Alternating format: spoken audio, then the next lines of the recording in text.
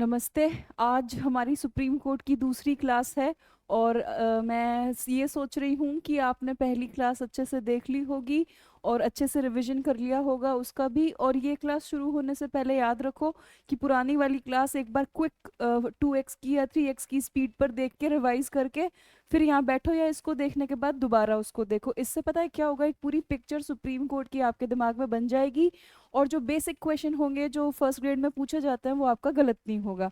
ठीक। तो सबको रामनवमी की बहुत बहुत शुभकामनाएं। ठीक। और जो नमस्ते कहते हैं उनको नमस्ते, जो राधे राधे कहते हैं उनको राधे राधे, और जो जय श्री राम कहते हैं उनको जय श्री राम। तो चलो आज की हमारी क्लास क्या करते हैं, शुरू करते हैं। हाँ, तो आज हम 124(4) पढ़ेंगे, जिसमें मैंने कल आपको बताया था कि अगर कोई सुप्रीम कोर्ट का जज थोड़ी बदमाशी कर दे तो फिर उसको हटाने के लिए जो प्रक्रिया है उसको मैंने क्या नाम दिया था, उसको मैंने नाम दिया था उसको मैंने क्या नाम दिया था, 124(4). क्या नाम दिया था? 124(4) ये प्रक्रिया होती है। ठीक। आपको कैसे याद रखना है, देखो बड़े आसानी से मस्ती से पढ़ेंगे अपन, तो कोई लोड लेके नहीं पढ़ेंगे। ठीक है। पढ़ना कोई वो थोड़ी ना काम है, मुश्किल काम थोड़ी ना है, आसान है पढ़ना। तो जब पढ़ना आसान है तो मस्ती से पढ़ेंगे। तो आपको याद रखना है कि अगर सुप्रीम कोर्ट का कोई भी जज, जज का मतलब उसमें मुख्य न्यायाधीश भी शामिल है, मुख्य न्यायाधीश भी इसमें क्या है, शामिल है। अगर ये क्या करे, बदमाशी कर दे। ठीक है। बदमाशी किसी भी प्रकार की हो सकती है। अगर ये क्या कर दे, बदमाशी कर दे, तो बदमाशी जब ये करेंगे तब आप इनके ऊपर इनको हटाने के लिए जो प्रक्रिया चलाएंगे वो कौन सी प्रक्रिया होगी, 124(4) होगी। मैंने इसको कल नाम दे दिया था कि मैंने इसका नामकरण कर दिया है 124(4). और देखो जिस जिस दिन हमने इसका नामकरण किया उस दिन हम रामनवमी है और रामनवमी के दिन हम इसको पढ़ रहे हैं। ठीक। तो देखो अनुच्छेद 124(4) के बारे में पढ़ेंगे, ये बड़ी इंपॉर्टेंट प्रोसेस है। और आपको एग्जामिनर यहाँ पे क्वेश्चन से क्या कर सकता है, एग्जाम में क्वेश्चन पूछ सकता है। क्लियर? तो देखो 124(4) के अनुसार सर्वोच्च न्यायालय के न्यायाधीशों को, यानी कि उसके जजों को, और किसको शामिल करते हुए, सीजेआई को शामिल करते हुए, को उसके पद से हटाने के लिए, अगली इंपॉर्टेंट बात क्या है भाई, कि उसको अगर पद से हटाना है तो कौन सी प्रोसेस लगानी होगी, तो 124(4) लगानी होगी। अब हम बात करेंगे कि 124(4) क्या होता है। तो देखो, साबित कदाचार या असमर्थता का आरोप, ये क्वेश्चन उठाएगा, आपको पूछा जाएगा कि जो भी जज ने बदमाशी की है, जो भी जज ने बदमाशी की है और आप बदमाशी करी है, तो आप कौन सी प्रक्रिया लगाओगे भाई, 124(4) की लगाओगे। पर आप आरोप क्या लगाओगे उस व्यक्ति पर, तो आप बोल देना कि क्या आरोप लगाएंगे हम। तो हम उसको क्या आरोप देंगे, तो हम उसको आरोप देंगे कि इस पर साबित हुआ है, प्रूव हुई है। कितनी चीजें प्रूव हुई है, 2 चीजें प्रूव हुई है। साबित को क्या याद रखो, प्रूव। और कितनी चीजें उस पर प्रूव हुई है, 2 चीजें उस पर प्रूव हुई है। कौन कौन सी प्रूव हुई है, एक कदाचार। अब आप हिंदी में पढ़ते हो, कदाचार का मतलब बुरा व्यवहार, मतलब उसने क्या किया है, मिसबिहेव किया है। और दूसरा क्या है, वो काम करने में असमर्थ हो गया है, तो असमर्थता। इन 2 आधारों पर आप क्या लगाओगे, उसको आरोपी बनाओगे और आरोपी बनाकर आप 124(4) की प्रक्रिया को शुरू करोगे। अब अगर वो 124(4) की प्रक्रिया शुरू होती है संसद के अंदर और ये दोनों आरोप प्रूव हो जाते हैं, तो संसद क्या करेगी, संसद उसको हटवाने के क्या दे देगी, दिलवा देगी, राष्ट्रपति से आदेश दिलवा देगी। तो अब सेकंड पॉइंट को देखो, संसद में विशेष बहुमत, प्रत्येक सदन की कुल सदस्य संख्या का बहुमत उपस्थित और मत देने वालों का 2/3 बहुमत पारित होने पर।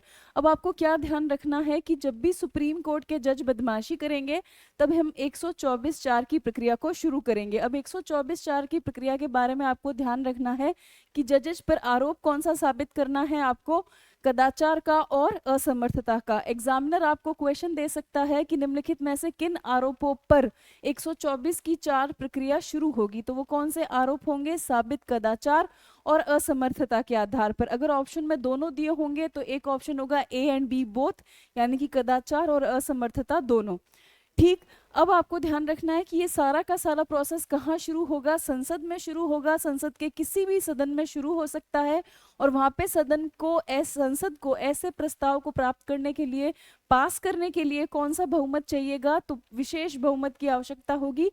उपस्थित और मत देने वाले लोगों का को जो बहुमत होता है 2/3, वही क्या कहलाता है, विशेष बहुमत कहलाता है। तो क्लियर, आगे चलूं। हाँ, अब एक बार फिर से सुन लो, दोबारा से सुन लो, हम कौन सी प्रक्रिया को पढ़ रहे हैं, 124(4) की प्रक्रिया को पढ़ रहे हैं। आप आराम से बोर्ड की तरफ देखिए, आपको सब चीज समझ में आ जाएगी। ये प्रक्रिया को मैंने क्या कहा है कि ये महाभियोग की प्रक्रिया नहीं है, ठीक, लेकिन ये किसके समान है, महाभियोग की प्रक्रिया के समान है, महाभियोग की प्रक्रिया के समान है। इसलिए हम इसको कौन सा नाम देते हैं, 124(4). अब 124(4) में हमने क्या कहा कि कोई भी सुप्रीम कोर्ट का जज अगर क्या करे, आम भाषा में बदमाशी करे, तो ये प्रक्रिया चलेगी। अब उस बदमाशी के लिए आपको उस पर क्या लगाने होंगे, आरोप लगाने होंगे। ये आरोप कौन से क्या होने चाहिए, पहला तो साबित होना चाहिए, और साबित कौन सी दो चीजें होनी चाहिए, एक है कदाचार और दूसरा है असमर्थता। Clear, 1 by 1। फिर मैंने क्या कहा कि आरोप आप लगाओगे कहाँ, संसद में लगाओगे, और संसद के किसी भी सदन में लगा सकते हो। और अगर संसद ऐसे प्रस्ताव को किस प्रकार पास करे, विशेष बहुमत से, जिसमें कि प्रेजेंट एंड वोटिंग का 2/3, प्रत्येक सदन में उपस्थित और मत देने वाले लोगों का 2/3 सदस्य अगर कह दे कि हाँ गली गली में शोर है, सुप्रीम कोर्ट के जज ने बदमाशी करी है, ठीक, हम सबको पता है कि करी है, तो आप इनको क्या कर दीजिए, हटा दीजिए। तो ये सब चीजें आपको क्या रखनी है, दिमाग में रखनी है। अब देखो, राष्ट्रपति के आदेश से हटाया जाएगा। इसी के साथ यह ध्यान रखना आवश्यक है कि यह प्रक्रिया महाभियोग के समान है, परंतु इसे महाभियोग नाम नहीं दिया जाएगा। क्लियर। अब सुनो, न्यायाधीश जांच अधिनियम 1968 है, वो क्या कहता है कि अगर आपको किसी जज को, आपने किसी जज को क्या किया है, दोषी माना है, तो आपको क्या करना पड़ेगा, इस प्रक्रिया को संसद में शुरू करना पड़ेगा। अब आप संसद के किसी भी सदन में शुरू कर दो, आपकी मर्जी, आप लोकसभा में शुरू करो, आपकी मर्जी आप राज्यसभा में शुरू करो। लेकिन जब आप लोकसभा में इस प्रस्ताव को लाएंगे तो कितने सदस्यों का समर्थन आवश्यक है, आपको 100 सदस्यों का। और जब आप इसको राज्यसभा में शुरू करेंगे तो राज्यसभा से कितने सदस्यों का समर्थन आवश्यक है, 50 सदस्यों का। अब आराम से सुनो, मान लो सुप्रीम कोर्ट के किसी जज पर कदाचार और असमर्थता का आरोप है। उस आरोप को लेते हुए आप चाहते हो कि ये व्यक्ति जो जज के रूप में यहाँ बैठा है उसको अब पद से हटा दिया जाए। इसके लिए आप निष्कासन प्रस्ताव लाएंगे। कहाँ लाएंगे निष्कासन प्रस्ताव, संसद में लाएंगे। संसद के किसी भी सदन में आप ला सकते हैं। अब संसद के किसी भी सदन में जब ये प्रस्ताव लाओगे तो आपको एक ध्यान रखना होगा कि इस निष्कासन प्रस्ताव को लोकसभा के 100 मेंबर और राज्यसभा के 50 मेंबर सपोर्ट करें। अब मान लो आपने लोकसभा के अंदर इस प्रस्ताव को शुरू किया, तो इस निष्कासन प्रस्ताव को ये सभी लोग किसको सौंप कर आ जाएंगे, अध्यक्ष को लोकसभा के। अगर आपने राज्यसभा से शुरू किया तो ये किसको सौंप के आ जाएंगे, आप सभापति को। क्लियर। तो ये देखिए, न्यायाधीश जांच अधिनियम 1968, अगर निष्कासन प्रस्ताव लोकसभा में आता है तो कितने सदस्य चाहिए, समर्थन में 100, और अगर राज्यसभा में जाएगा तो कितने, 50 सदस्य। अब मान लो आपने लोकसभा में शुरू किया है तो अध्यक्ष को सौंपोगे, और अगर आपने राज्यसभा में शुरू किया है तो उसके सभापति को दोगे। अब अध्यक्ष या सभापति, अगर आपने लोकसभा में शुरू किया है तो अध्यक्ष, और अगर आपने राज्यसभा में शुरू किया है तो सभापति इस निष्कासन प्रस्ताव को स्वीकार भी कर सकते हैं, इस निष्कासन प्रस्ताव को अस्वीकार भी कर सकते हैं। दोनों रास्ते हैं उनके पास। लेकिन अगर वो उसको स्वीकार कर ले तो क्या होगा, अगर स्वीकार कर ले तो 3 मेंबर कमेटी बनेगी। कितनी कमेटी बनेगी, 3 मेंबर कमेटी बनेगी, 3 सदस्य समिति बनेगी। इस 3 सदस्य समिति में कौन कौन होगा, तो गौर से देखना, मुख्य न्यायाधीश, ठीक है, या उच्चतम न्यायालय का अन्य न्यायाधीश। पहला मेंबर हो गया। पहले मेंबर में आपके पास 2 ऑप्शन है कि या तो मुख्य न्यायाधीश हो या उच्चतम न्यायालय का अन्य न्यायाधीश हो। दूसरा क्या कहा गया है कि किसी उच्च न्यायालय का मुख्य न्यायाधीश, के किसी हाई कोर्ट का आप क्या ले आओ, मुख्य न्यायाधीश ले आओ। और तीसरा व्यक्ति कौन होगा, प्रतिष्ठित न्यायवादी, बहुत बड़ा कोई वकील होगा।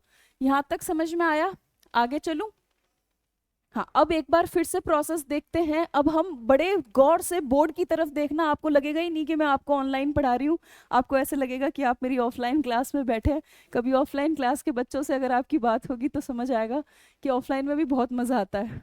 और बहुत सारी चीज़ें ऐसी होती हैं जो बच्चे जल्दी जल्दी पूछ लेते हैं वहाँ पे। यहाँ पे क्या दिक्कत है कि मुझे वेट करना पड़ता है आपके डाउट्स को दूर करने के लिए, आपके डाउट्स को देखने के लिए। ऑफलाइन का ये आनंद है कि वहाँ हाथों हाथ सारा काम हो जाता है, कि फटाक से बता दिया, फटाक से प्रॉब्लम क्या कर दी मैंने, सॉल्व कर दी। पर कोई ना, जितना मैं कर सकती हूँ उतना तो करूँगी आपके लिए। चलो, अब सुप्रीम कोर्ट के जज को हटाना है। हटाने की प्रक्रिया कौन सी है? 124(4 है। 124(4 को आपको क्या ध्यान रखना है कि आपको हटाने के लिए क्या साबित करना होगा? आरोप लगाकर, आरोप लगाकर साबित करना होगा। और कौन से आरोप लगाकर साबित करना है? या तो कदाचार का और या फिर असमर्थता का। क्लियर? अब आपको क्या ध्यान रखना है कि ये जो भी है निष्कासन प्रस्ताव लाना पड़ेगा। क्या लाना पड़ेगा आपको? निष्कासन प्रस्ताव। ये निष्कासन प्रस्ताव आपकी मर्जी है, आप संसद की लोकसभा में लाओ, आपकी मर्जी है आप संसद के राज्यसभा में लाओ। दोनों केसेस में एक बात ध्यान रखनी है कि लोकसभा के कितने सदस्य समर्थन में होने चाहिए? 100। और राज्यसभा से कितने होने चाहिए? 50।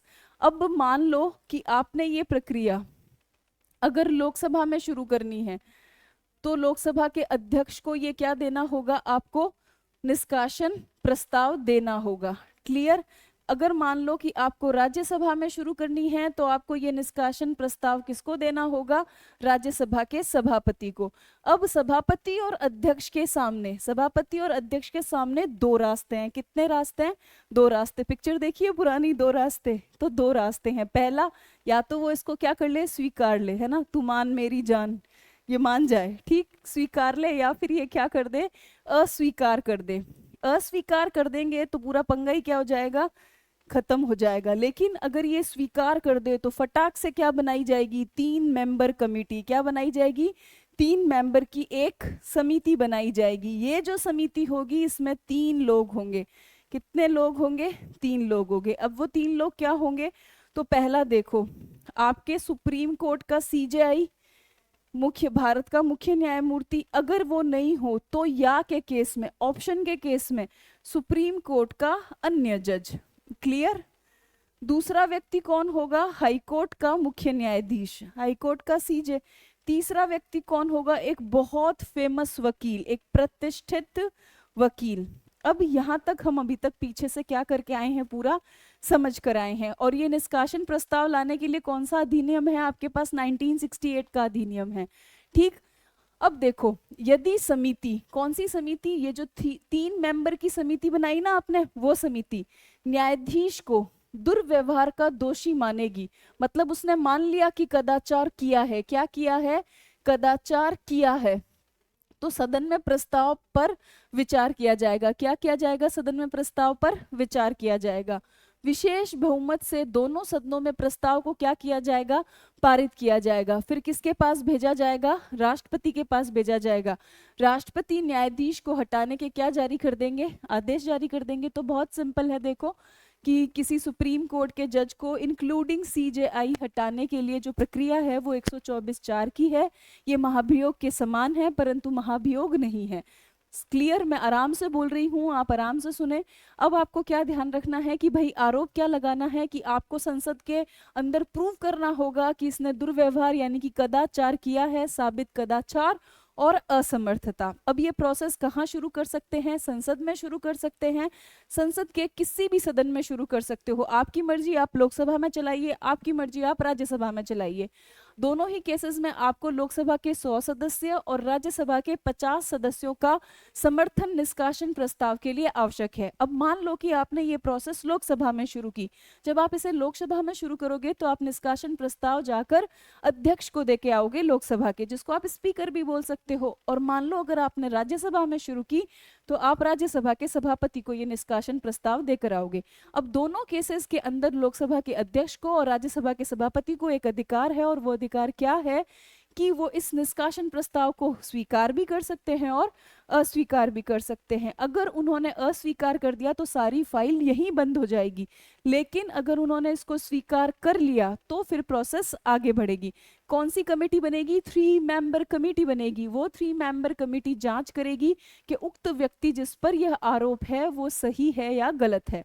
क्लियर? अब इस 3 मेंबर कमेटी में कौन होगा? मजे से याद करते हैं, सुप्रीम कोर्ट का मुख्य न्यायाधीश या सुप्रीम कोर्ट का अन्य जज। क्लियर? दूसरा हाई कोर्ट का मुख्य न्यायाधीश, तीसरा कोई बहुत फेमस वकील, कपिल सिब्बल हो सकता है, प्रशांत भूषण जी हो सकते हैं। पर लिखा हुआ क्या है? मैंने एग्जाम्पल दिए हुए, लिखा हुआ है प्रतिष्ठित वकील जो होगा उसको ले आना। अगर ये 3 मेंबर कमेटी ये कहती है कि हाँ ये क्या है, दुर्व्यवहार के दोषी हैं, तो फिर संसद क्या करेगी? अपने प्रत्येक सदन से इसे विशेष बहुमत, जिसको कहते हैं उपस्थित और मत देने वालों के 2/3 बहुमत से इस निष्कासन प्रस्ताव को अगर दोनों सदनों से पारित कर दे तो ये आदेश जाएगा राष्ट्रपति के पास, और राष्ट्रपति फिर अपने आदेश के द्वारा उस जज को उस पद से क्या कर देंगे? हटा देंगे। तो ये पूरा प्रोसेस आपको समझ में आया? स्क्रीनशॉट जो लेना चाहते हैं वो क्या लीजिए? अच्छा स्क्रीनशॉट लीजिए। आगे बढ़ूं मैं? हाँ, अब देखो, उच्चतम न्यायालय में किसी भी न्यायाधीश पर अब तक महाभियोग नहीं लाया गया है। मतलब यहाँ पे करेक्शन कर लेना, 124(4) की प्रक्रिया अब तक किसी पर भी नहीं हुई है। 124(4) की प्रक्रिया अब तक किसी पर भी लागू नहीं हुई है। ये आपको क्या करना है? ध्यान रखना है। देखो, बड़ी अच्छी बात है कि हमारी जुडिशरी इतनी अच्छी है कि हमें आज तक जरूरत नहीं पड़ी कि हम 124(4) के प्रोसेस को क्या करें? शुरू करें। ठीक, फिर देखो, हालांकि उच्चतम न्यायालय के न्यायाधीश वी रामास्वामी 1991 से 1993 के बीच यह प्रक्रिया शुरू की गई, परंतु क्या नहीं हुई? लोकसभा में पारित नहीं हुई। तो हमारे भाग्य अच्छे हैं कि शुरू तो हुई, लेकिन क्या नहीं हुई? लोकसभा के अंदर या राज्यसभा के अंदर पारित नहीं हुई। तो सिर्फ एक मामला है रामास्वामी जी का, जो कि 1991 से 1993 का है। तो जो प्रक्रिया है वो तो शुरू हुई, लेकिन प्रक्रिया लोकसभा के द्वारा क्या नहीं हुई? पारित नहीं हुई। तो क्लियर? आगे चलूं? चलो, हाँ, अब पढ़ेंगे अब नया आर्टिकल 124(3) क्या कहता है। हमने पहले 124(4) पढ़ा, अब हम क्या पढ़ रहे हैं? 124(3) पढ़ रहे हैं। तो देखो, 124(3) कहता है उच्चतम न्यायालय यानी कि सुप्रीम कोर्ट के न्यायाधीश के लिए योग्यता क्या होगी? ठीक, पहला, भारत का नागरिक हो। ये सबके लिए जरूरी है। सॉरी, वो कई बार बीच में हो जाता है, ऐसे सांस चढ़ने लग जाती है। 1 मिनट में पानी पी के आ जाऊं? उतना टाइम दे दीजिए बस। आप पानी पी के मैं वापस आ जाऊंगी, ताकि बीच में कोई प्रॉब्लम नहीं हो।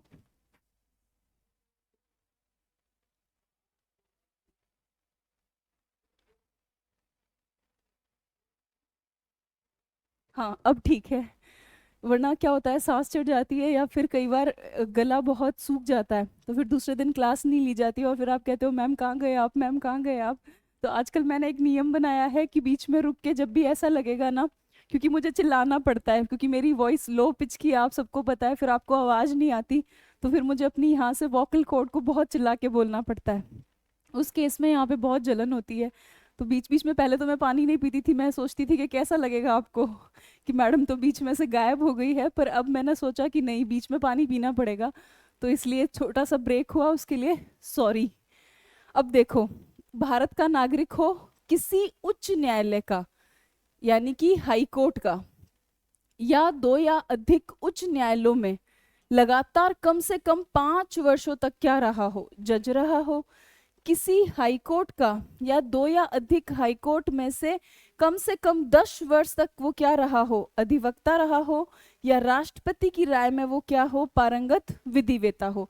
अब ये तो हमने पढ़ लिया, अब हम छोटा करके इधर लिखेंगे। तो आप बोर्ड की तरफ देखिए कि 124(3) में क्या लिखा हुआ है। भाई सिंपल सी बात है कि भाई सुप्रीम कोर्ट का जज बनने के लिए योग्यता क्या होगी, क्वालिफिकेशन क्या होगी? तो बहुत आसान है। सबसे पहली तो हमको पता ही है कि वो भारत का क्या हो? नागरिक हो। क्लियर? COI लिखते हैं अपन। फिर क्या लिखा हुआ है? या तो किसी एक हाई कोर्ट में, या 2 से अधिक, 2 या 2 से अधिक हाई कोर्ट के अंदर कितने साल जज रहा हो? कम से कम, मिनिमम कम से कम कितना रहा हो? 5 वर्ष तो रहा ही रहा हो। या वो क्या कह रहे हैं कि किसी हाई कोर्ट या 2 या 2 से अधिक हाई कोर्ट के अंदर वो क्या रहा हो, 10 वर्ष तक वकील रहा हो।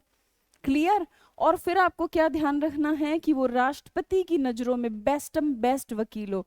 किसकी नजरों में बेस्ट बेस्ट वकील हो, राष्ट्रपति की नजरों में अगर वो बेस्ट एंड बेस्ट वकील है तो आप उसे क्या बना देना, सुप्रीम कोर्ट का जज बना देना। तो 124(3) में आपको योग्यताएं समझ आई आराम से। तो आप क्या ले लीजिए, अच्छा स्क्रीनशॉट ले लीजिए। आगे बढ़ूं मैं, चलो अब देखो अनुच्छेद 124(6). अब अनुच्छेद 124(6) क्या कहता है कि अब क्या दिलाओ इनको, शपथ ग्रहण कराओ। किनकी शपथ ग्रहण करानी है आपको, सुप्रीम कोर्ट के जजेस की। तो सुप्रीम कोर्ट के जजों को राष्ट्रपति शपथ दिलाता है या उसके द्वारा निर्मित व्यक्ति, उसके द्वारा निमित्त व्यक्ति शपथ का प्रारूप तीसरी अनुसूची अनुसार। ये तो बहुत सिंपल है। तो देखो हम अभी क्या पढ़े, पहले 124(3) पढ़े जिसमें हमने लिखा सुप्रीम कोर्ट के जज की योग्यता। और योग्यता आपको पता है बड़ी आसान है। पहली योग्यता क्या थी, सबसे पहली योग्यता थी कि वो भारत का क्या हो, नागरिक हो। दूसरी योग्यता कौन सी थी कि वो हाई कोर्ट के अंदर या दो से अधिक हाई कोर्ट के अंदर लगभग मिनिमम कितने साल तक, 5 वर्ष तक, मिनिमम 5 वर्ष तक वो क्या रहा, जज रहा। तीसरी योग्यता आपने क्या पढ़ी कि हाई कोर्ट या दो या दो से अधिक हाई कोर्ट के अंदर वो क्या रहा, 10 वर्ष तक वकील रहा। पढ़ ली। अब फिर आपने चौथी ये पढ़ ली कि भाई वो राष्ट्रपति की नजरों में बेस्ट बेस्ट क्या है, वकील है। राष्ट्रपति की नजरों में क्या है, वो बेस्ट बेस्ट वकील है। अब हमने जो नियुक्तियां कर दी, जो 124(3) के तहत जो जज बनकर आए, अब उन जजेस को हमें क्या दिलानी है, शपथ दिलानी है कि भाई काम ढंग से करना। तो शपथ के लिए कौन सा आर्टिकल है, 124 का 6वां भाग है। अब इसमें हम क्या कह रहे हैं कि सुप्रीम कोर्ट के जज को शपथ कौन दिलाएगा, भाई राष्ट्रपति दिलाएगा। अगर राष्ट्रपति कह दे कि यार मैं तो थोड़ी दिन आराम करूंगा, बहुत थक गया हूं, तो उस केस में राष्ट्रपति द्वारा निमित्त व्यक्ति द्वारा क्या दिलाई जाएगी, शपथ। और जो भी शपथ का ड्राफ्ट है, प्रारूप है, वो शपथ का प्रारूप कैसा होगा, कौन सी अनुसूची के अनुसार होगा, तो तीसरी अनुसूची के अनुसार होगा। क्लियर, यही लिखा हुआ है। आगे बढ़ूं तो जिनको स्क्रीनशॉट लेना है वो क्या ले लीजिए, स्क्रीनशॉट। फिर देखो अनुच्छेद 125। अब देखो अनुच्छेद 125 में हम क्या कह रहे हैं कि न्यायाधीशों का वेतन, अब पैसे की बात कर लेते हैं। तो वेतन, सुप्रीम कोर्ट के जजों का वेतन संसद विधि द्वारा तय करेगी। कल ही मैंने बताया था कि संसद को बहुत ज्यादा पावर नहीं है। किसके केस में, न्यायपालिका के केस में। तो वो रोने लग गई थी तो चुप कराया ना, पहले उनसे संरचना तय करा ली, संख्या तय करा ली, अब संसद से क्या तय करा रहे हैं, हम वेतन तय करा रहे हैं। तो देखो न्यायाधीशों को वेतन, सुप्रीम कोर्ट के जजों का वेतन सॉरी संसद विधि द्वारा, कौन, संसद विधि द्वारा तय करेगी, जो दूसरी अनुसूची अनुसार होगा। और ये वेतन किस पर भारित होगा, भारत की संचित निधि पर क्या होगा, ये वेतन भारित होगा। तो बहुत आसान से याद रखना कि 125 के अंदर सुप्रीम कोर्ट के जजों का क्या है, वेतन है। ये वेतन कौन तय करेगा, तो ये वेतन तय करेगा आपकी संसद की विधि। ठीक, अगर संसद की विधि जो भी तय करेगी वो किसके अनुसार होगी, आपकी दूसरी अनुसूची के अनुसार होगी, है ना। और ये सारा का सारा जो वेतन है, ये वेतन किस पर भारित होगा, भारत की संचित निधि पर, भारत की संचित निधि पर ये क्या होगा, भारित होगा। ये हमने 125 के अंदर क्या करा है, पढ़ा है। तो क्लियर, आप स्क्रीनशॉट ले लीजिए, फिर अपन चलते हैं आगे की ओर। हाँ, अब देखो 126 बड़ा इंपॉर्टेंट है, एग्जामिनर ने बहुत बार पूछा है, आरपीएससी ने। अब देखो 126 को पढ़ने से पहले आपको एक शब्द याद होना चाहिए, एक्टिंग। अब आपको पता है ना, बहुत सारे लोग एक्टिंग बिजनेस में हैं, एक्टिंग के फील्ड में है। एक्टिंग तो सबको पता है, आलिया भट्ट क्या करती है, मस्त एक्टिंग। सलमान खान क्या करते हैं, मस्त एक्टिंग। तो एक्टिंग, यहाँ पे एक्टिंग का मतलब होगा, संविधान में एक्टिंग को हिंदी में बोलते हैं कार्यकारी। अब मैंने इसको एक्टिंग से क्यों जोड़ा हुआ है, उसका कारण सुनो। जब भी आपका सुप्रीम कोर्ट का कोई जज या फिर सुप्रीम कोर्ट का सीजेआई, सुप्रीम कोर्ट का सीजेआई, बेसिकली अपन सुप्रीम कोर्ट के सीजेआई को देखते हैं। जब भी सुप्रीम कोर्ट का सीजेआई ये कहे कि यार आज तो मेरे घर काम है और मैं क्या ले रहा हूँ, छुट्टी ले रहा हूँ, क्या ले रहा हूँ, छुट्टी ले रहा हूँ। तो ये जब ऐसा कह देना कि यार मैं तो, मेरे घर तो काम है, मैं तो छुट्टी ले रहा हूँ, उस केस में सुप्रीम कोर्ट के अंदर कोई काम नहीं होगा। क्यों नहीं होगा? क्योंकि सुप्रीम कोर्ट का जो सीजेआई है वो ही छुट्टी पे गया हुआ है, और निर्णय लेने की पावर किसके पास है? सुप्रीम कोर्ट के सीजेआई के पास है। और अगर वही छुट्टी पर गया हुआ है तो सुप्रीम कोर्ट में काम नहीं होगा। तो फिर क्या प्रावधान किया गया 126 के अंदर कि जो भी सुप्रीम कोर्ट के अंदर अन्य जज है उनसे एक्टिंग कराई जाएगी। किस बात की एक्टिंग कराई जाएगी? कि जब तक हमारा सीजेआई नहीं आ जाता ना, तब तक तुम क्या करो? सीजेआई बनने की एक्टिंग करो। अब देखो, सीजेआई बनाया भी किसने था? राष्ट्रपति ने बनाया। तो जो एक्टिंग करने वाला सीजेआई बनेगा वो भी कौन बनाएगा? राष्ट्रपति बनाएगा। तो ऐसे ही बिंदास याद रखना है कि कार्यकारी मुख्य न्यायमूर्ति की नियुक्ति, यानी कि इसको आसान शब्दों में कैसे याद करना है? एक्टिंग करने वाले सीजेआई की नियुक्ति। ये नियुक्ति हमें क्यों करनी पड़ रही है? क्योंकि जो हमारा एक्चुअल जो सही मायने का सीजेआई है वो कुछ दिन के लिए क्या गया हुआ है? छुट्टी पे गया हुआ है। बेचारा वो भी काम करता करता थकता तो है ही, तो उसने कहा यार कुछ दिन की क्या दे दो, मेरे को छुट्टी दे दो। तो उस केस में राष्ट्रपति ने क्या किया कि सुप्रीम कोर्ट का काम नहीं रुके, इसलिए उन्होंने एक्टिंग करने वाला एक सीजेआई वहां पे लगा दिया। यदि सुप्रीम कोर्ट के मुख्य न्यायमूर्ति का पद क्या है? रिक्त है। देखो आ गई कंडीशन, पद क्या है? खाली है, पद पे कोई बैठा ही नहीं है। कर्तव्य पालन करने में क्या है? असमर्थ है या फिर अनुपस्थित है किसी कारणवश। तीन कंडीशन है जब आपको एक्टिंग करने वाला सीजेआई लगाना पड़ेगा। पहला कि सुप्रीम कोर्ट के अंदर सीजेआई का पद ही खाली है ना, अभी नियुक्ति हुई नहीं है। दूसरा, उसका मान लो कोई स्वास्थ्य का दिक्कत है, हार्ट में दिक्कत है, किडनी में दिक्कत है, बूढ़ा तो हो ही गया है, तो वो कर्तव्य पूरा करने में क्या है? असमर्थ है, और वो एक बार अपना स्वास्थ्य ठीक करवा रहा है। दूसरा कारण ये है। तीसरा, अनुपस्थित है, घर में कोई बहुत अर्जेंट शादी है या कोई बहुत मांगलिक काम है, तो उस केस में उसने छुट्टी ले रखी है, तो अनुपस्थित है। इन केसेस में सुप्रीम कोर्ट का काम ना रुके, इसलिए राष्ट्रपति जी ने क्या कह रखा है कि 126 के अंदर संविधान में व्यवस्था है एक्टिंग सीजेआई की, कि भाई जब तक वो नहीं आ जाता तब तक हम एक्टिंग वाले से क्या कर लेंगे? काम चला लेंगे। तो राष्ट्रपति सुप्रीम कोर्ट के न्यायाधीश में से, देखो ये रहा, सुप्रीम कोर्ट के न्यायाधीशों में से ही, तो राष्ट्रपति सुप्रीम कोर्ट के न्यायाधीश में से किसी भी न्यायाधीश को मुख्य न्यायाधीश के कर्तव्य पालन के लिए क्या कर देगा?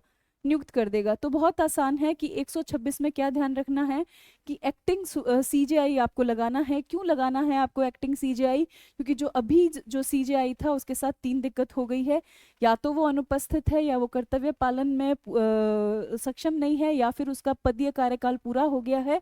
अब पद क्या हो गया है? रिक्त हो गया है। अब सुप्रीम कोर्ट में काम कौन करता है? निर्णय कौन लेता है? सीजेआई लेता है। तो राष्ट्रपति पर यह जिम्मेदारी है कि जो सुप्रीम कोर्ट के अंदर अन्य जज बैठे हैं ना, उसी में से किसी एक को उठाए और एक बार के लिए उसको एक्टिंग सीजेआई क्या कर दे? नियुक्त कर दे। तो क्लियर? आगे चले। हाँ, अब देखो 127। तो देखो 126 अच्छे से समझ में आया। अब देखो 127, 127 में लिखा हुआ है तदर्थ। तदर्थ को इंग्लिश में बोलते हैं एड हॉक, मतलब जो सहायक होगा। तदर्थ का मतलब क्या है? जो सहायक होगा। अब देखो कई बार क्या होता है, सुप्रीम कोर्ट के अंदर है ना, किन्हीं निर्णयों को पूरा करने के लिए उतने जजेस चाहिए, जितने जजेस चाहिए उतने आते नहीं है, यानी कि गणापूर्ति पूरी नहीं हो पाती। और जब गणापूर्ति पूरी नहीं हो पाती ना, तो इन्हें क्या नियुक्त करने पड़ते हैं? तदर्थ न्यायाधीश नियुक्त करने पड़ते हैं। ये भी आर्टिकल क्वेश्चन के हिसाब से बहुत ज्यादा क्या है? इंपॉर्टेंट है। तो 127 में किसकी नियुक्ति? तदर्थ न्यायाधीशों की नियुक्ति है। किसी भी समय सुप्रीम कोर्ट के सत्र को आयोजित या चालू रखने और उस पर उस न्यायालय के न्यायाधीशों की गणापूर्ति प्राप्त न हो। तो देखो बहुत सिंपल है, यहाँ पे थोड़ा टाइपिंग का एरर है तो मैं इधर आपको लिख के दे रही हूँ। 127 में आपको किसकी नियुक्ति करनी है? तदर्थ न्यायाधीशों की। किसकी करनी है? तदर्थ न्यायाधीशों की। अब तदर्थ न्यायाधीशों का क्या मतलब है? तो बहुत सिंपल मतलब है कि सुप्रीम कोर्ट का सेशन चल रहा है, लेकिन पर्याप्त मात्रा में जज है नहीं। पर्याप्त मात्रा में क्या नहीं है आपके पास? जज है नहीं, मतलब गणापूर्ति नहीं है। क्या नहीं है? गणापूर्ति नहीं है। तो अब क्या करे, है ना? अब क्या करे भाई? तो बहुत सिंपल सी बात है, जो सुप्रीम कोर्ट का सीजेआई है ना, वो क्या करेगा? पूर्व सहमति लेगा, पहले से सहमति ले लेगा। किसकी सहमति ले लेगा? पहले से राष्ट्रपति की ले लेगा। और राष्ट्रपति की सहमति लेकर किसी हाईकोर्ट के, किसी भी हाईकोर्ट के जज को, किसी भी हाईकोर्ट के जज को हाईकोर्ट के मुख्य न्यायमूर्ति, हाईकोर्ट के मुख्य न्यायमूर्ति से सलाह के बाद, हाईकोर्ट के मुख्य न्यायमूर्ति से सलाह के बाद सुप्रीम कोर्ट का एक बार के लिए क्या नियुक्त कर देगा, जज नियुक्त कर देगा। तो बहुत सिंपल सी बात है। आपको क्या ध्यान रखना है, आपको ये ध्यान रखना है कि 127 में आपको तदर्थ न्यायाधीश नियुक्त करना है, मतलब आपको सहायक न्यायाधीश लाने हैं। अब आपको सहायक क्यों लाने हैं, क्योंकि जो भी सुप्रीम कोर्ट का सेशन चल रहा है ना, उस सेशन में गणापूर्ति नहीं है, मतलब जितने जजेस चाहिए एक फैसला सुनाने के लिए उतने जजेस हैं नहीं। तो फिर क्या होगा, तो फिर देखो सुप्रीम कोर्ट का जो सीजेआई को ना, वो मेंटोस खाएगा और दिमाग की बत्ती जलाएगा। और वो क्या करेगा, वो पहले से ही सहमति ले लेगा राष्ट्रपति की, तो राष्ट्रपति की पूर्व सहमति से वो नॉक नॉक करेगा हाईकोर्ट के दरवाजे पर, और जैसे ही सीजेआई गेट खोलेंगे और सीजेआई से बोलेगा हाईकोर्ट के, यार तुझसे सलाह कर रहा हूँ, तेरा एक आधा हाईकोर्ट का जज दे देना, मैं सुप्रीम कोर्ट का जज बना दूंगा एक बार के लिए एडहॉक तदर्थ, और मेरा क्या हो जाएगा, काम हो जाएगा। तो देखो इतना सिंपल सा खेल है 127। तो 127 में क्या ध्यान रखना है कि तदर्थ न्यायाधीशों की नियुक्ति करनी है। तदर्थ न्यायाधीशों की नियुक्ति क्यों करनी है, क्योंकि सुप्रीम कोर्ट का सेशन शुरू है, फैसले देने के लिए पर्याप्त मात्रा में जजों की गणापूर्ति नहीं है। अब इस काम में क्या, इस चीज के लिए क्या सॉल्यूशन है, तो बहुत आसान है कि सुप्रीम कोर्ट का जो सीजेआई है वो मेंटोस खाएगा और दिमाग की बत्ती जलाएगा और राष्ट्रपति से पूर्व सहमति ले लेगा और जल्दी से जल्दी जाकर हाईकोर्ट के सीजेआई का दरवाजा खटखटाएगा, उससे सलाह करके उसको पटा के कहेगा कि यार प्लीज तेरा एक आधा हाईकोर्ट का जज दे दे, उसे मैं सुप्रीम कोर्ट में जज बना के ले जा रहा हूँ। क्यों, क्योंकि मुझे कुछ फैसले देने हैं, गणापूर्ति को क्या करना है, पूरा करना है। समझ में आया। अब यहाँ पे क्या हुआ है टाइपिंग में कि ये नीचे वाली लाइनें ओवरलैप हो गई है, इसलिए मैंने इधर आपको क्या कर दिया है, लिख के दे दिया है तो सही, लेकिन ये इनका सीक्वेंस चेंज हो गया है। ठीक है, तो देखो गणापूर्ति प्राप्त ना हो तो किसी हाईकोर्ट के न्यायाधीश को संबंधित हाईकोर्ट के मुख्य न्यायमूर्ति की सलाह के बाद सुप्रीम कोर्ट का जज नियुक्त करेगा और तदर्थ न्यायाधीश के रूप में करेगा।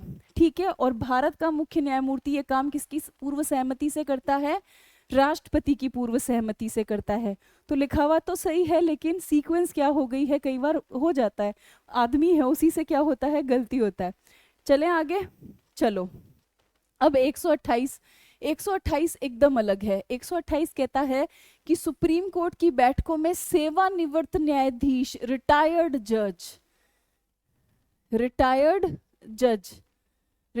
जज की क्या है, उपस्थिति। तो देखो तीन चीजें हैं, ये भी बहुत इंपॉर्टेंट है, जो आरपीएससी ने बहुत पूछी है, जिसपे कंफ्यूजन होता है। देखो 126 में आपको लाना है एक्टिंग करने वाला, कैसा, एक्टिंग करने वाला सीजेआई, है ना। और ये क्यों लाना है, क्योंकि तीन बातें हो रखी हैं, एक पद खाली है, दूसरा कर्तव्य पूरा करने में क्या है, वो असमर्थ है, तीसरा क्या है, अनुपस्थित है। तो फिर कौन ले आएगा एक्टिंग को, तो एक्टिंग को नियुक्ति कौन देगा, राष्ट्रपति जी देंगे। और किसको देंगे कि उस वक्त जो सुप्रीम कोर्ट में जजेस मौजूद है उन्हीं में से किसी एक को क्या बना दिया जाएगा, एक्टिंग सीजेआई बना दिया जाएगा। फिर आप पढ़े थे 127 में आप किसकी नियुक्ति करते हो, एडहॉक जज की। एडहॉक यानी कि हिंदी में उसको क्या कहते हैं, हिंदी में उसको कहते हैं हम तदर्थ जज। कौन सा जज, तदर्थ। तदर्थ का मतलब जो सहायता करेगा। अब तदर्थ क्यों लाना है, क्योंकि सुप्रीम कोर्ट के अंदर क्या पूरी नहीं है, गणापूर्ति पूरी नहीं है। किसकी गणापूर्ति पूरी नहीं है, जजेस की गणापूर्ति पूरी नहीं है, तो सीजेआई मेंटोस खाएगा और राष्ट्रपति से क्या ले लेगा, पूर्व सहमति ले लेगा। और पूर्व सहमति लेकर सीधा किसका दरवाजा खटखटाया जाएगा, तो सीधा दरवाजा खटखटाया जाएगा हाईकोर्ट के सीजेआई का। उसकी सलाह लेगा और उसकी सलाह लेकर हाईकोर्ट से जज लाकर सुप्रीम कोर्ट के अंदर उसको जज बना देगा, किसके रूप में, तदर्थ जज के रूप में। ये हमने पढ़ा 127 में, क्लियर। अब हम पढ़ रहे हैं 128 के भाई सुप्रीम कोर्ट की बैठकों में कई बार हमें किसकी नियुक्ति करनी होगी, रिटायर्ड जजों की भी नियुक्ति करनी होगी। कि सुप्रीम कोर्ट की बैठक में हमें कई बार क्या लाने होंगे, रिटायर्ड जज भी क्या करने होंगे, लाने होंगे। तो ये रिटायर्ड जज है, क्लियर। आर्टिकल याद रहना चाहिए आपको। कल आते ही होमवर्क है कि आप 126, 127, 128 को क्या करेंगे, टाइप करेंगे। आगे बढ़ूं, हाँ अब देखो 129 जो कि बहुत आसान है, जिसको क्या कहा जाता है कि सुप्रीम कोर्ट का अभिलेख न्यायालय होना। अभिलेख को इंग्लिश में बोलते हैं रिकॉर्ड कोर्ट होना या कोर्ट ऑफ रिकॉर्ड होना। अब रिकॉर्ड का मतलब क्या है कि जो भी फैसले आज तक दिए गए हैं सुप्रीम कोर्ट, सब उनको रिकॉर्ड के तौर पे रखता है और जब भी आगे कभी फैसले देने को काम में लेना होता है तो पिछले वाले रिकॉर्ड से क्या करता है, वो सीखता है। तो सिंपल सा याद रखें, इस पे भी क्वेश्चन पूछा गया है कि निम्नलिखित में से सुप्रीम कोर्ट अभिलेख न्यायालय है यह कौन से अनुच्छेद में कहा गया है, तो 129 अनुच्छेद में ये कहा गया है। आगे चलूं। हो, आज की क्लास पूरी हो गई। तो आज हमने सुप्रीम कोर्ट का दूसरा क्लास देख लिया अच्छे से, और इसके बाद शायद मुझे लगता है जहाँ तक हो सके मेरे प्रयासों से फर्स्ट ग्रेड का सिलेबस जो पॉलिटी का है वो क्या हो जाएगा, कंप्लीट हो जाएगा। लोकसभा इलेक्शन के बाद मुझे कुछ थोड़ी थोड़ी चीज़ें आपको लोकसभा इलेक्शन की बतानी है, क्योंकि भारत में चुनाव एक टॉपिक लगता है जो पूरी तरह इस बार करंट से होगा। तो जब लोकसभा चुनाव का पूरा रिजल्ट आएगा 4 जून को, तब मैं वो क्लास आपके लिए लगा दूंगी कि वो करंट अफेयर से ही आने वाला टॉपिक है। तो वो बचेगा जो हम 4 जून के बाद जो भी इलेक्शन का डाटा आएगा उससे हम क्या कर लेंगे, कंप्लीट कर लेंगे।